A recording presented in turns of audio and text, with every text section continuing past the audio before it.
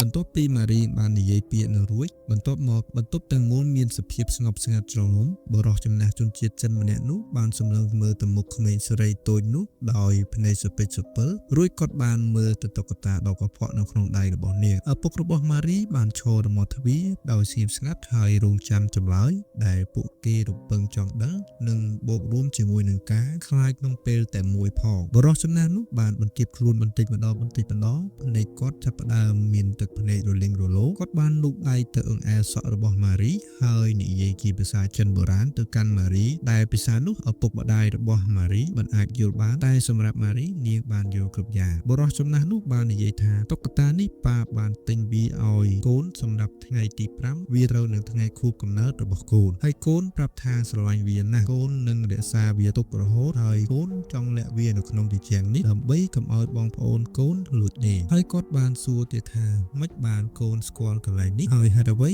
កូនខ្លាចទៅជាក្មេងស្រីស្បែកសបែបនេះទៅវិញនៅពេលនោះហើយដែលម៉ារីបាននិយាយប្រយោគចុងក្រោយដែលធ្វើឲ្យអ្នកគ្រប់គ្នាដែលបានឮហើយស្រឡំកានៅក្នុងភាតក់ស្លុតទាំងឪពុកម្ដាយរបស់នាងនិងបុរសចំណាស់ជនជាតិចិននោះម៉ារីបាននិយាយជាភាសាចិនបុរាណដោយបានប្រែពីសំឡេងកូនក្មេងរបស់នាងទៅជាសំឡេងដែលធ្ងន់ហើយសោកសៅនាងបាននិយាយថាប៉ាអើយកូនមិនបានខ្លាចជាក្មេងស្រីស្បែកសអីទេកូនគឺកូនស្រីរបស់លោកគឺឈ្មោះលីគ្វីនដែលបានស្លាប់ដោយសារជំងឺគ្រុនក្តៅកាលពី5ឆ្នាំមុនកូនបានត្រឡប់មកវិញហើយកូនត្រូវតែមកយកតុក្កតានេះមុនពេលដែលកូនភ្លេចលោកជារៀងរហូតហើយម៉ារីបាននិយាយបន្តទៅទៀតដោយសំឡេងខ្សោយថាកូនចាំថាកូនភ័យខ្លាចណាស់នៅពេលដង្ហើមចុងក្រោយរបស់កូនចាំថាកូនបានស្រែកលោកប៉ាប៉ុន្តែកូនដឹងថាពេលវេលារបស់កូននៅទីនេះមានកម្រិតសូមលោកប៉ាអភ័យទោសដែលកូនមិនអាចនៅជាមួយលោកបានយូរបុរសចំណាស់ជាឪពុករបស់ម៉ារីកាលពីជាតិមុនបានដួលលុតជង្គង់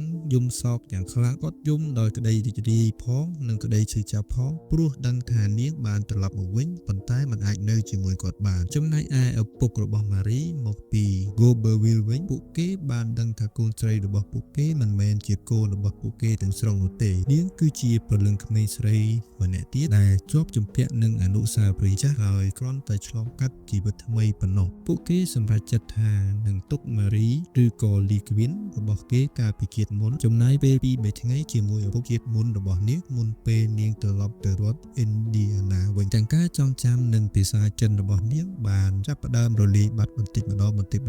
ហើយនៅពេលដែលពួកគេឃ្លាតឆ្ងាយពីភពនោះពួកគេបានត្រឡប់ទៅផ្ទះវិញជាមួយនឹងអាថ៌កំបាំងដែលមិនអាចពន្យល់បាននិងការសង្ស័យដែលធ្វើឲ្យពួកគេមិនអាចមើលមុខម៉ារីដូចមុនបានឡើយ